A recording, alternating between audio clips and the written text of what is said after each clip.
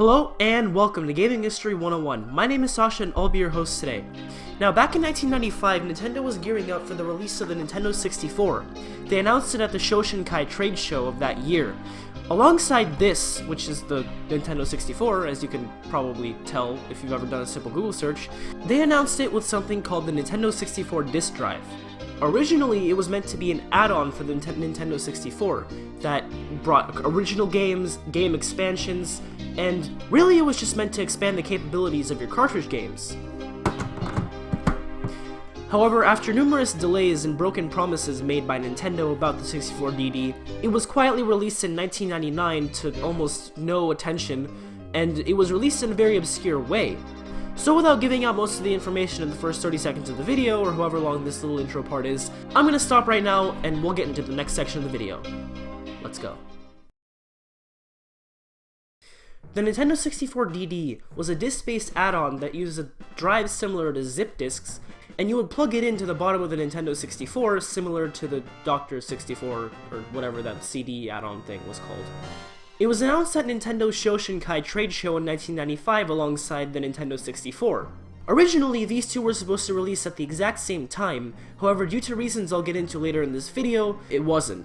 The 64DD used proprietary magnetic discs, which meant that not only could they read data off the disc, but they could also write data to the disc. When it was first announced, it was pretty widely publicized about, with various articles from various gaming news sources like IGN, Electronica Gaming Monthly, and others that I can't name off the top of my head. Due to 4 to 5 years of delays, interest for the Nintendo 64 disk drive kind of just went quiet and eventually almost died off, until it was quietly released in 1999 in a very obscure fashion. When it was released, you could get it, sure, but you had to get it through a mail order service. For around $22 a month, you got the 64 disk drive, the Nintendo 64 expansion pack, which was required to run the software on the 64DD, a subscription to RandNet, which was kind of like Nintendo's private social media, that allowed you to email, upload your high scores and creations into games, and read a special Nintendo newsletter, as well as the modem cartridge, the Nintendo 64 keyboard and mouse, and 6 games delivered on a bi-monthly basis. By the time it was released, interest in the 64 disk drive was almost non-existent, and the next generation of consoles, being the Dreamcast, the PS2, and the GameCube, were just about to be revealed. The original purpose of the Nintendo 64 disk drive was to enlarge the size of the cartridges from 12 to 16 megabytes of data to 64 megabytes of data.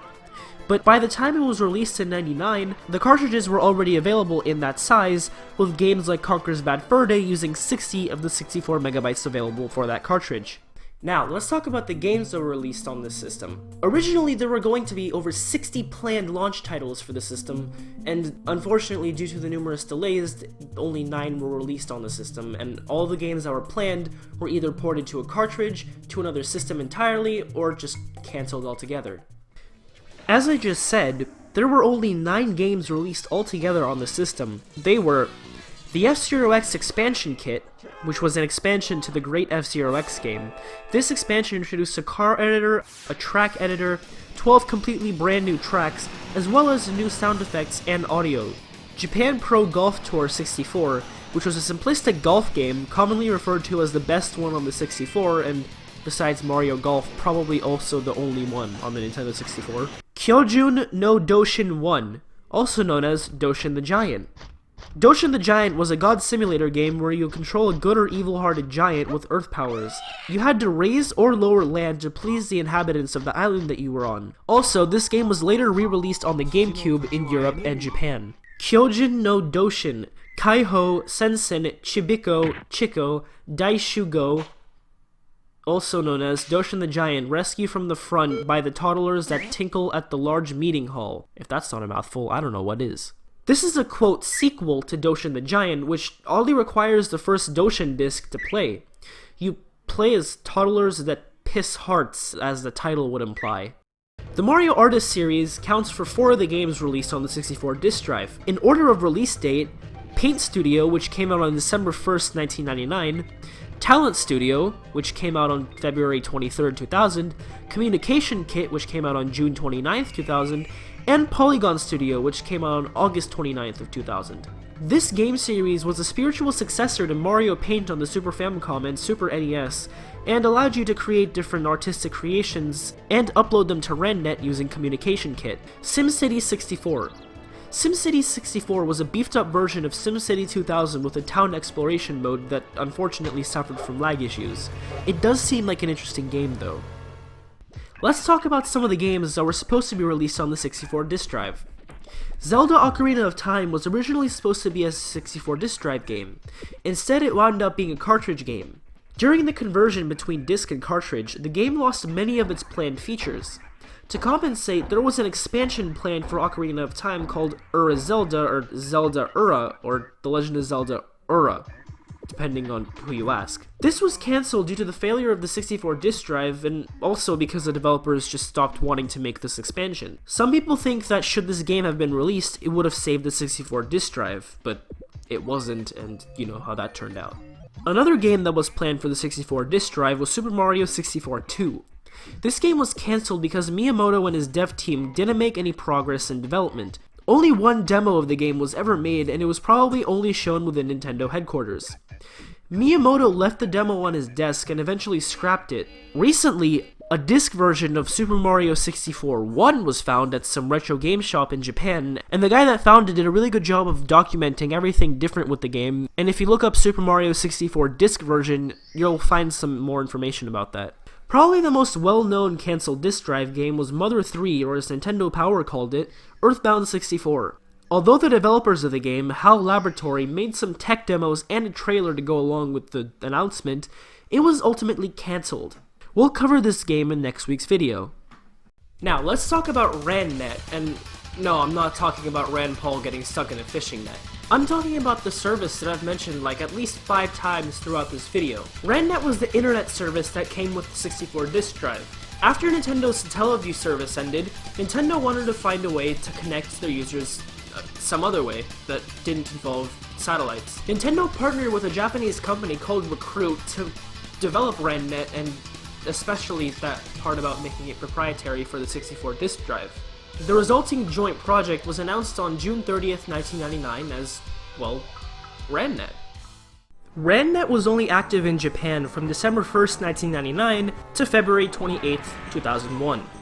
The RANDnet service allowed gamers to compete against each other online, play pre-release game demos, surf the internet, including a members-only portal, share user-generated game data such as levels and animations, read digital magazines, and listen to music, or the advertising led people to believe. The subscription fee included the dial-up internet service, 64 disk drive system hardware, and a delivery schedule of game discs by mail. As I stated earlier in this episode, RANDnet was the only way to buy the 64 disk drive hardware, with the RANDnet subscription service coming bundled with the 64 hardware and several games, just by filling out a mail order request at a retailer. The plan was available in 2 tiers. A simple purchase plan for users who only wanted to buy the 64 disk drive to add to their 64, and a rent-to-own plan for those who wanted both the 64 disk drive and a special edition translucent black Nintendo 64 console. RANDnet was launched with monthly payment plans for the service and hardware bundle.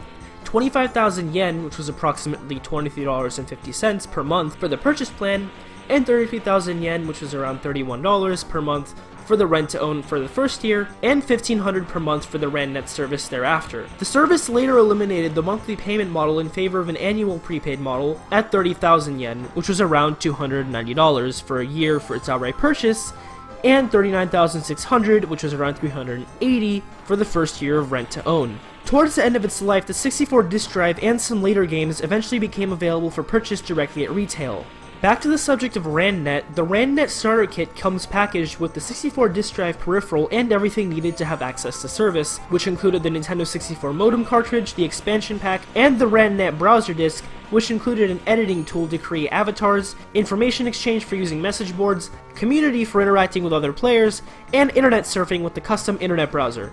Now, with RANDnet, with the features that were promised and fulfilled, there were also a lot of unfulfilled promises.